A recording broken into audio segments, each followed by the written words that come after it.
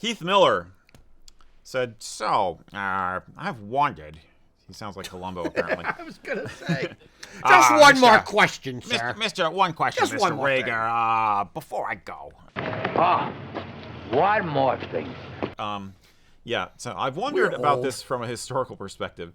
Would the kilt have become such a popular piece of Scottish culture if its introduction had not occurred at the same time as the idea of nationalism was sweeping Europe? Dun, dun, dun. No. Next question. Mac? Fair. It's not that simple. My glib answer is no, it would not have caught on the same way if Scottish identity had not had become a force the way it did. Using the term nationalism is not quite correct in this instance.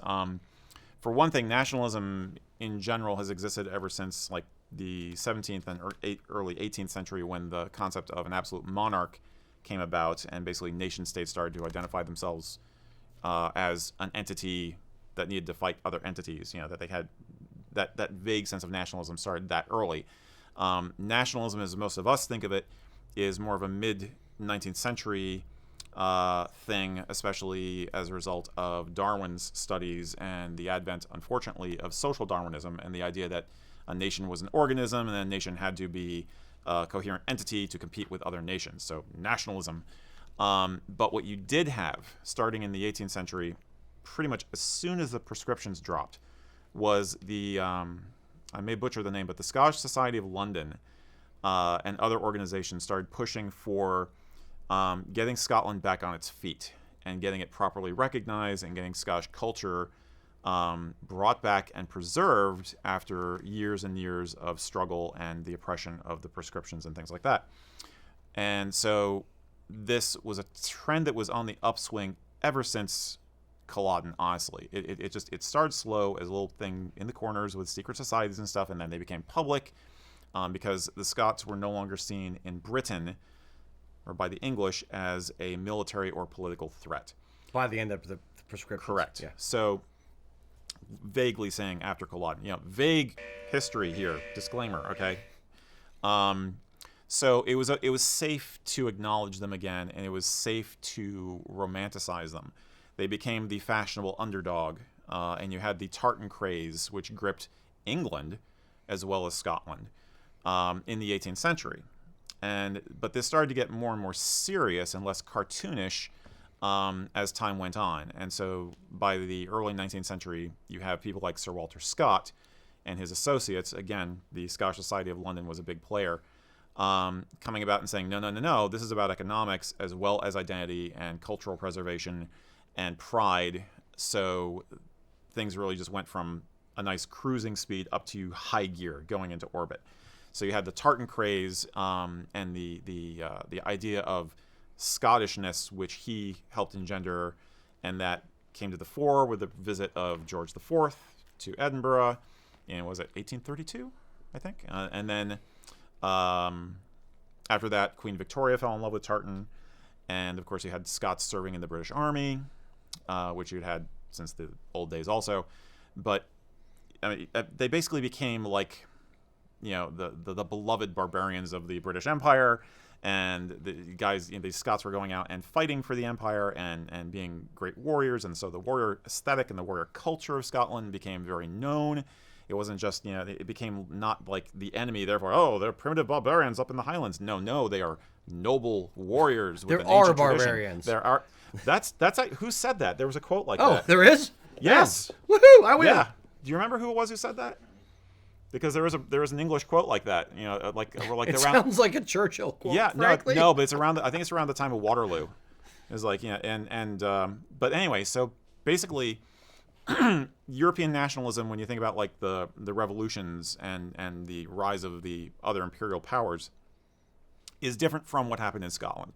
Scotland was like a slow burn until the early 19th century, and then it took off like a shot because it had royal endorsement, and industry started getting on its feet in Scotland again. So, and that happened before the rest of the European it was kind of going on at the nationalism. same time. Yeah. Now Right. you have various black marks on this history, like the clearances, which a lot of these people at the time who were romanticizing Highland culture at the same time were turning a blind eye to what was happening to people living in the country.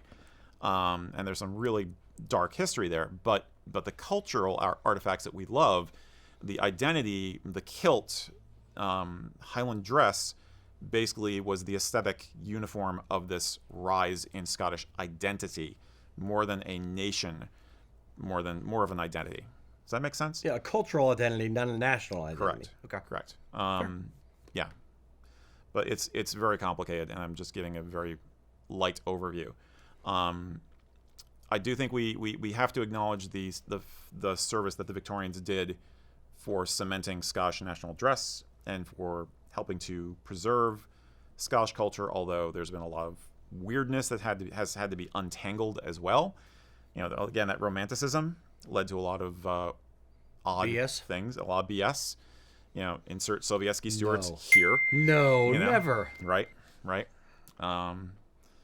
So, but yeah, similar to what you're talking about, but unique.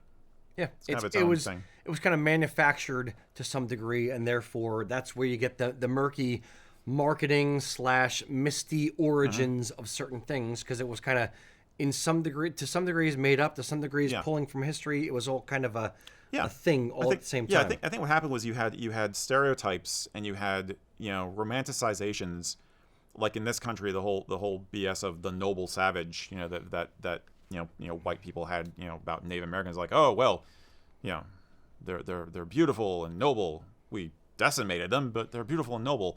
And you start off with that stuff, and then people like Walter Scott realized they could twist that to their advantage. They could turn it into something that would actually spin a story. They could spin a story and say, no, this is much deeper than you thought. This is important. This is a real culture, and we're going to keep pushing it. That happens with underdogs and losers of battles All throughout over the the world. world, whether it's Yep. Aboriginals, Irish, whatever it is. Yeah. There's always the romantic notion of, this was the thing, this was the noble cause that they fought for, Mm-hmm. and people romanticize, and forget certain parts of history, Yep. remember others, and whatever. But then you get to a point where those people who are the underdogs reach a point where they want and need and try to reclaim it for their own, Correct. and cement it and make it solidly their own. And sometimes you incorporate stuff which started off as BS, but you like tartans done by the Sovietsky Stewards is our favorite Yep. example.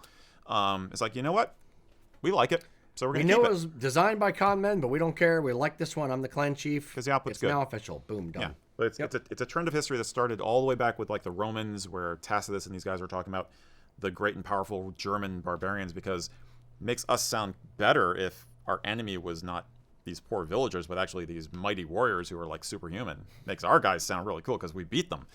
So We beat up little kids. no, they weren't little no. kids. They were 10 feet Manly, tall. strapping. Yes, exactly. Yeah. So that's my long-winded answer. Nice. But happily it happened, and we have what we have now. So we keep going. Yep. That's how history is made, boys and girls. Thank you for listening to me ramble. That question and my response to it basically just drives home for me in my mind how deep you can go into this stuff. I will never ever feel like I am lacking for material to talk about or to study in this arena, and hopefully you feel the same. There's always something new to learn about this. This is not just fashion. This is not just a cool garment. This is not just a short story that you're going to see turned into a movie. It is full of drama, pathos, human emotion, joy, tragedy, all of that. Do some reading and tell us what you think about Scottish history. Tell us what you want to hear more about. And this is such a deep subject, I'm actually going to put a few book recommendations into the comments for this video, because I know that you're probably as curious about the details as I always am. In the meantime, have a great day no matter how you celebrate your heritage, and remember, it's been a long road to get to where we are with this stuff, and we're just going forward with it.